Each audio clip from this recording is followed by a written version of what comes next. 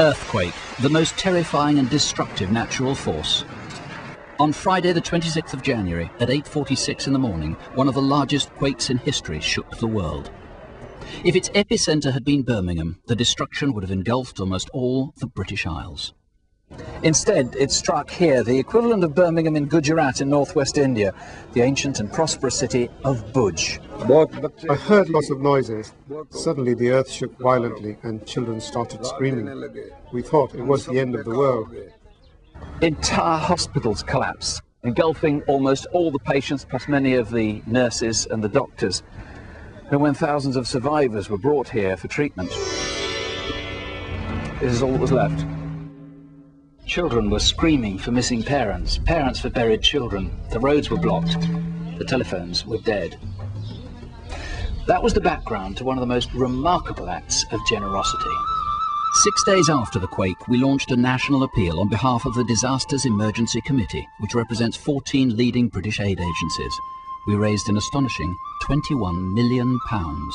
And this is a chance to say thank you and to show just how much that generosity has achieved. Some people say the trouble with giving to charities, you never know how much is wasted on administration. Well, this is the official report. Although it's got one or two quite trenchant criticisms, on the whole, it sings the praise of just how efficient the organisation has been. Despite specialist rescue teams, there were few pulled alive from the rubble. The priority was to help the survivors. With rescue work centred on the cities, aid agencies headed for the tragedies that received less attention in the countryside. Like here in Treya, where an ambulance serves as a clinic, a minor operating theatre and a dispensary as well.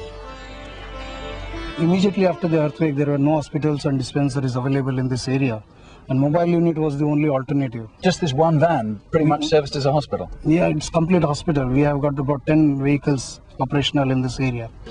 As donations poured in, the charities were able to buy blankets, clothes and food locally to meet the immediate pressing needs: food, warmth and shelter. These are semi-permanent homes. You can drive fantastic distances around Gujarat and you'll find hundreds of thousands of people.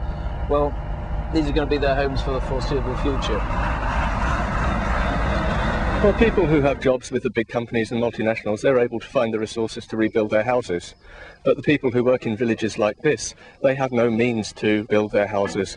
So with our help, they're able to rebuild something for themselves. On the day the earthquake struck, Janibai was unwell and her son took her off for treatment. A few moments later, and this rubble would have been her tomb, as it was for 20,000 others. But now, with your help, they're rebuilding Janibai's home and many more, and this time they'll be quake-proof.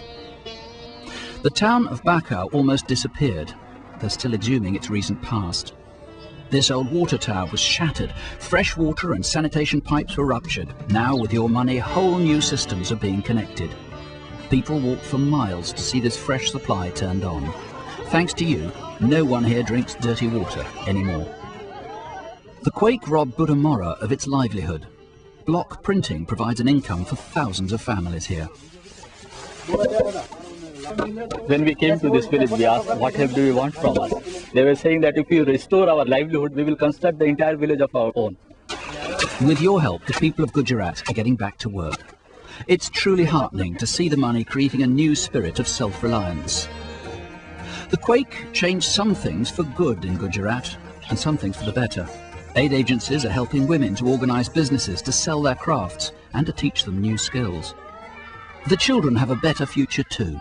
Though nothing can bring back parents who disappeared, orphans were taken in by local people and the aid agencies set up care projects like this one.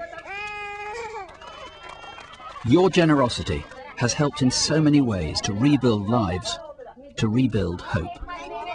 Thank you. Thank you. Thank you. Thank you. It's been a humbling experience. Thank you from me too.